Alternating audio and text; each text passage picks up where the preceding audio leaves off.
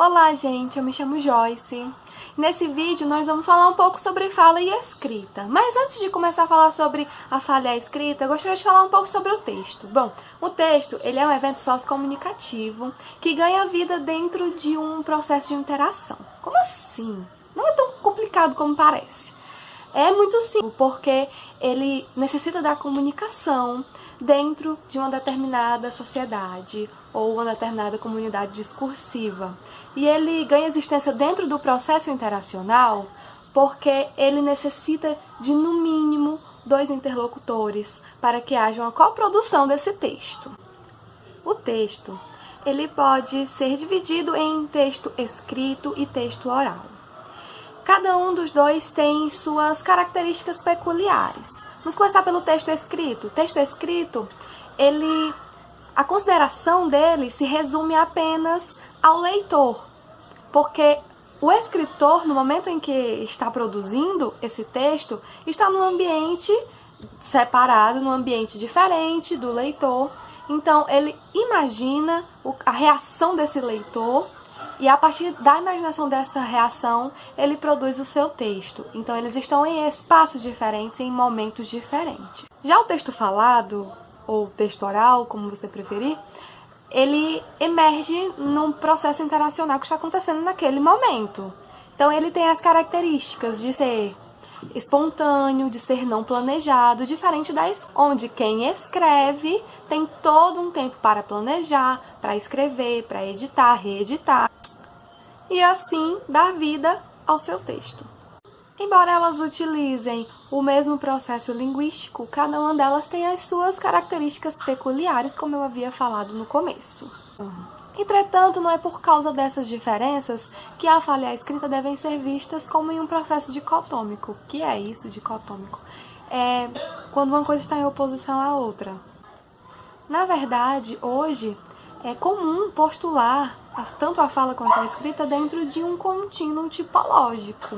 Por quê?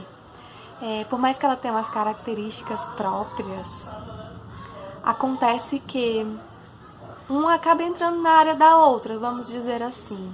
Imagine que em um ponto nós temos o texto escrito, que poderíamos dizer textos acadêmicos, mais formais. Em uma outra ponta, nós teríamos uma conversação espontânea. Acontecem de existirem textos escritos com características da oralidade, como, por exemplo, uma conversa no WhatsApp, onde é um texto escrito, mas com características orais. E acontece também de existirem conversações face a face, cujo polo está mais próximo dos textos acadêmicos. E um exemplo que eu posso dar para vocês são conferências, entrevistas para importantes cargos administrativos. Então, nós não podemos colocar a fala e a escrita uma em oposição à outra. Não, a fala e a escrita elas têm que estar em um contínuo tipológico, onde, dependendo da informação que lhe é passada, você vai identificar o tipo e a aproximação dela, se ela está mais próxima de um texto escrito, um texto acadêmico mais formal, ou se ela está mais próxima de um texto oral, de uma conversação face a face. Então, gente, é isto. Olá, meu nome é Larissa e eu tô aqui para continuar falando sobre fala e escrita. A fala e a escrita, elas são duas formas da variação linguística, onde a oralidade ela é geralmente marcada pela linguagem informal e a escrita por uma linguagem mais formal. Há também, como já foi dito, o contínuo tipológico, que é justamente essa aproximação entre a oralidade e a escrita, onde um texto se aproxima da forma oral de se falar ou da forma de se falar mais próxima de um texto escrito. Nessa questão do contínuo tipológico é onde nós podemos notar as marcas da oralidade, justamente na escrita. E essas marcas da oralidade, elas são mais comuns nas crianças, em aquisição da escrita, onde elas transpõem no texto justamente a forma como elas falam. Como nós vamos ver, algumas marcas de oralidade na escrita são alguns textos que estão até no livro da Ler e Escrever, da Có e da Elias, que vocês vão poder ver que são questões de marcas da oralidade, onde as crianças elas colocam no texto escrito de acordo com o que elas falam ou mesmo com o que elas pensam, sem levar em consideração que o leitor ele não está, muitas vezes ele não está presente na hora e não há um referente, então há muitas repetições que são comuns na fala oral. Vamos analisar agora um trecho do texto do Milor, que é uma conversa entre duas mulheres, a vaguidão específica, onde essa questão de referencial, que são uma das marcas da oralidade na escrita, ela é presente, pois quando nós falamos, né, nós estamos tendo uma conversa com outra pessoa, nós podemos apontar, nós temos as expressões para demonstrar aquilo que nós estamos querendo falar. Quando que na escrita, se não houver esse referente, essa conversa ela fica perdida. Como diz aqui no texto, num trecho do texto que diz assim: sim, senhora, olha, o homem está aí. Aquele de quando choveu? Não, o que a senhora foi lá e falou com ele no domingo? Que é que você disse a ele? Eu disse para ele continuar. Ele já começou? Acho que já. Eu disse que podia principiar por onde quisesse. É bom? Mais ou menos. O outro parece mais capaz. Nós ficamos aí na dúvida, né? Quem é esse homem, né? Do que elas estão falando? O que ele vai fazer? Essa questão de referencial, se na escrita ela não existir, o texto ele fica incompleto. Quanto à falta de referencial, num texto de uma criança da 2ª série da escola ativa, Caça ao Rato, quando ele diz assim: na noite seguinte o rato voltou, mas ele tinha deixado várias ratoeiras. O rato já sabia disso, por isso ele fez outra casa para ele do outro lado da parede. Vocês podem notar que esse ele não se refere à mesma pessoa. Esse referencial ficou faltando, pois nós não sabemos qual ele que se refere, se ele se refere ao rato ou ao senhor que era o dono da casa. As questões também de repetições, que são muito comuns na fala, quando a gente quer enfatizar uma coisa, a gente diz muito, muito, muito, ou então repete ela várias vezes. Essas questões de repetição, elas não devem ser consideradas na escrita. Como, por exemplo, no texto A Bola Furada, diz: então ele ofereceu a bola para o Francisco e para o Ricardo. Então eles ficaram jogando vôlei com a bola. Jogaram, jogaram, jogaram, e até que uma hora a bola estourou. E os 3 amigos ficaram tristes. Vocês podem perceber que há essa repetição do então, que é bem comum na oralidade, e o jogaram, jogaram, jogaram para enfatizar, né, que eles jogaram muito. Há também as questões de repetições que são propositais. Em alguns textos, livros infantis, de histórias infantis, onde o autor propositalmente ele faz essas repetições. Mas nós, como escritores, devemos prestar bastante atenção, pois essas repetições, não sendo propositais ou numa redação, elas devem ser evitadas. pois essas repetições tornam o texto cansativo. A questão do discurso direto, né? O discurso direto, nós, dependendo da nossa fala, nós juntamos as palavras, né? Nós fazemos essas ligações de sons e esse discurso direto acontece muito com as crianças também, pois elas escutam de uma forma e acabam transmitindo na escrita da mesma forma que elas ouvem, achando que seria, no caso, uma palavra só que são duas, no caso. Por exemplo, o Alex se perdeu da gente. No exemplo do texto, onde o aluno coloca se perdeu junto, como ele escuta, né? Só que são duas palavras, né? São duas palavras diferentes, seriam escritas separadamente e o aluno ele acaba colocando junto. A questão da segmentação gráfica. Podemos dizer que a segmentação gráfica é quando a criança ou aquela pessoa que está adquirindo a escrita, né, a aquisição da escrita, ela ouve de uma forma e ela tenta segmentar aquela palavra, só que ela segmenta da forma errada. Nós temos um exemplo, avião desastrado. Ele coloca desastrado separadamente. É comum quando uma criança ela tenta dividir uma palavra, né, de acordo com como foi dito ou como ela escutou, ela tenta segmentar e ela acaba segmentando errado. No texto 2, a gente tem um exemplo aí do João Marcelo, ele coloca viagem a Porto Seguro, né? Essa segmentação também acontece pela forma que nós ouvimos.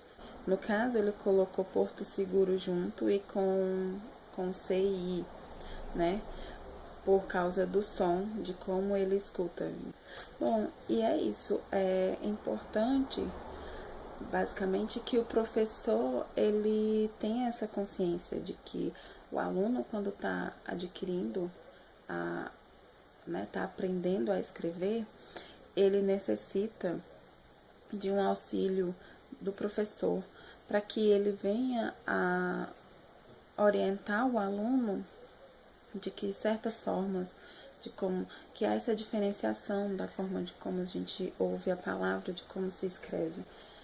É necessário que o professor ele venha a corrigir o aluno para que ele possa aprender a escrever corretamente de acordo com a norma culta da gramática. Lembrando também em consideração que não há uma forma errada ou uma forma certa de se falar, e sim de se escrever, porque na escrita nós devemos levar em consideração a gramática, a nossa gramática normativa, onde há as regras para se escrever, e ensinar o aluno essa diferenciação é bastante importante, pois é assim que eles vão aprender a se expressar corretamente na escrita e, consequentemente, numa carta, numa redação, em trabalhos acadêmicos, e é isso. Olá, meu nome é Jeane, faço parte do grupo do Robson, Larissa e Jorge, certo? Eu fiquei com a parte do capítulo 2 sobre a escrita. Bom, a escrita inovou muito em nossas vidas, em todos os aspectos da comunicação, pois não faz mais parte só de grupos específicos, como antes, né? Porque só os grandes escritores e gramáticos dominavam. A escrita inovou muito, deu novos paradigmas, as normas gramaticais, né? Possibilitou a organização em nossa vida, a organização das palavras. Então, a pergunta que se faz sobre o que é escrita é uma pergunta muito complexa, né? Não é muito fácil de se responder, pois engloba muitas coisas, porque requer diversas estratégias, da parte do produtor, como por exemplo a linguística. Para ser um bom escritor, tem que conhecer bastante a escrita, não uma pessoa qualquer. Mas na sala de aula, como devemos agir no caso com os nossos alunos, né?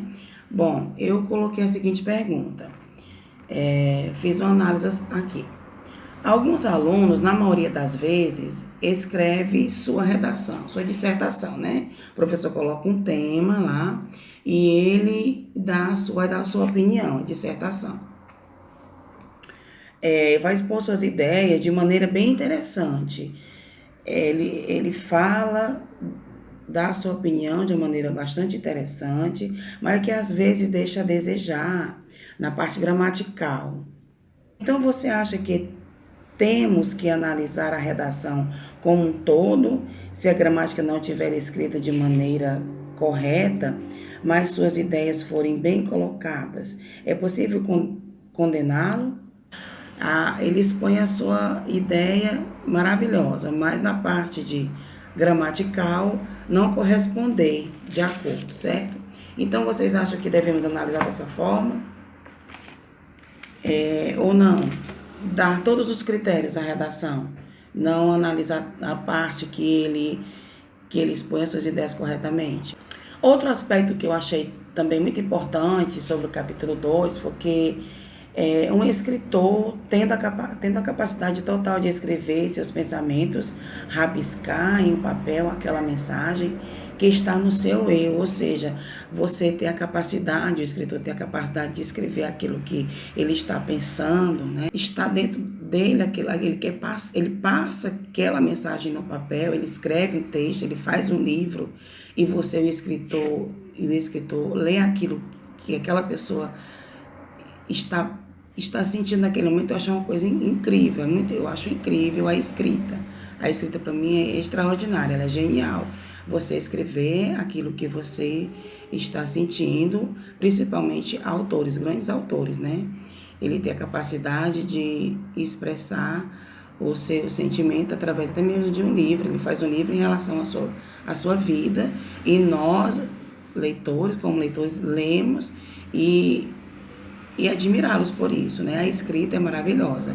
Para mim, a escrita é algo genial. Bom, era só isso. Obrigada. Escrever ou não escrever? Eis a questão. Olá!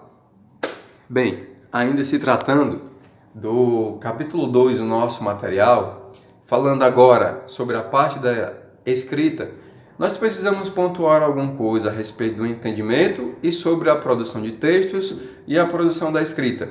Então, nesse momento, eu queria pontuar algumas coisas que se tornam muito importantes. Então, nesse momento, eu, Robson, vou falar sobre os conhecimentos. Robson, e que conhecimentos são esses? Os conhecimentos para a produção da escrita são basicamente 4. E quais são esses conhecimentos?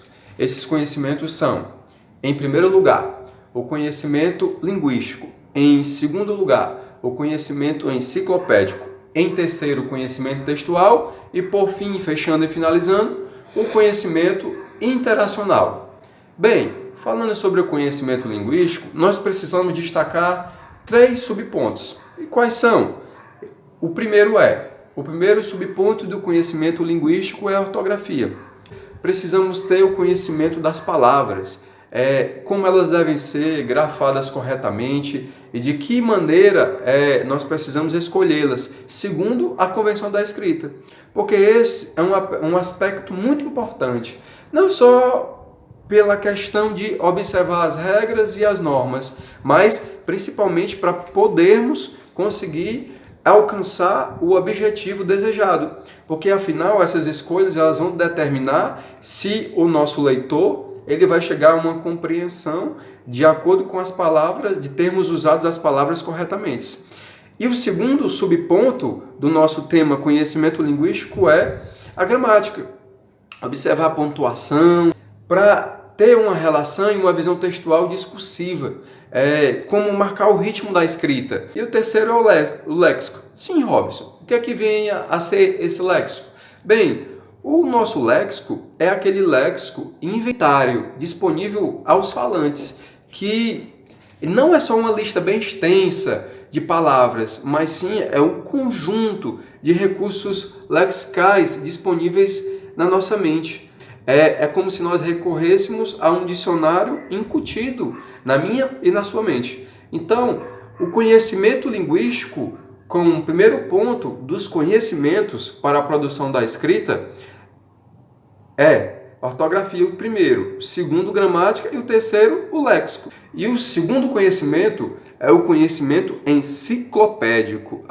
E o que vem a ser esse conhecimento enciclopédico? São as coisas do mundo, as coisas que estão armazenadas na nossa memória, as ações que vivemos, as experiências variadas, e assim faz ativar a memória do leitor. Assim como, por exemplo, para quem não sabe, eu nasci no dia 1º de abril.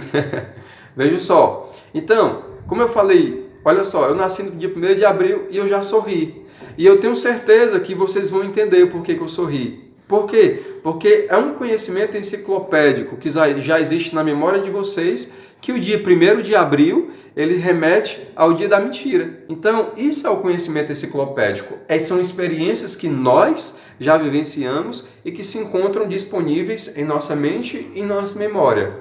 Em terceiro lugar, nós podemos observar também o conhecimento de texto. Robson, o que vem a ser o conhecimento de texto? O conhecimento de texto são os conhecimentos sobre gêneros, os conhecimentos sobre sobreposição de gêneros. Como assim? Não estou entendendo muito bem. O que é que isso quer dizer?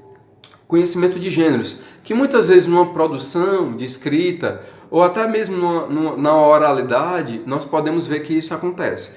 Assistindo o gênero documentário, e esse gênero documentário, pode haver outros gêneros embutidos que vêm, que se sobrepõem, que aparecem, como por exemplo a piada e outros, o testemunho, o relato, dentro do gênero documentário. Por exemplo, eu também sou cristão. Suponhamos que eu produzi um texto da escrita, e aí dentro desse meu texto eu citei para falar sobre a violência, podemos dizer, suponhamos, um texto sobre a violência, e dentro desse texto eu vou dizer, dentro desse texto eu digo que a verdade é capaz de libertar as pessoas. Quem conhece e já leu a Bíblia vai perceber que essa verdade que eu estou dizendo que tem um poder de libertar, eu estou me remetendo a um texto, a intertextualidade de um texto bíblico que fala sobre isso. Então é isso, além desses textos e gêneros se interpondo,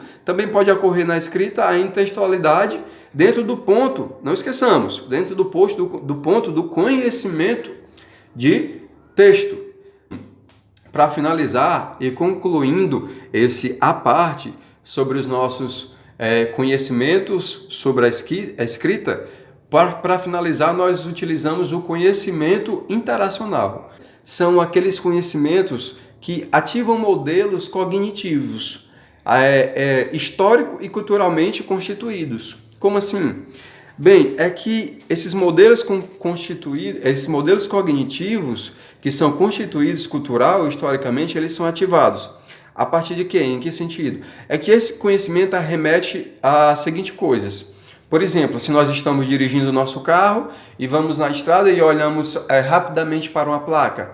Bem, já é em nós despertado o conhecimento de quê? De que placas são textos rápidos, que trazem alguma informação e que, de acordo de sua cor, podem trazer uma determinada informação ou uma advertência. Então, esses são os modelos cognitivos que, através da escrita, eles são ativados em nós por questão do conhecimento interacional. Por quê? Porque eles já foram constituídos e construídos e assimilados histórico e culturalmente em nossa mente e no nosso entendimento. Então, pessoal, é isso. Então, eu espero que tenha ficado bem claro, que tenha sido muito legal e compreensível para todos. E nos vemos aí nos fóruns e nos comentários. E até mais. Um abraço da nossa equipe e até logo. Deus abençoe a todos.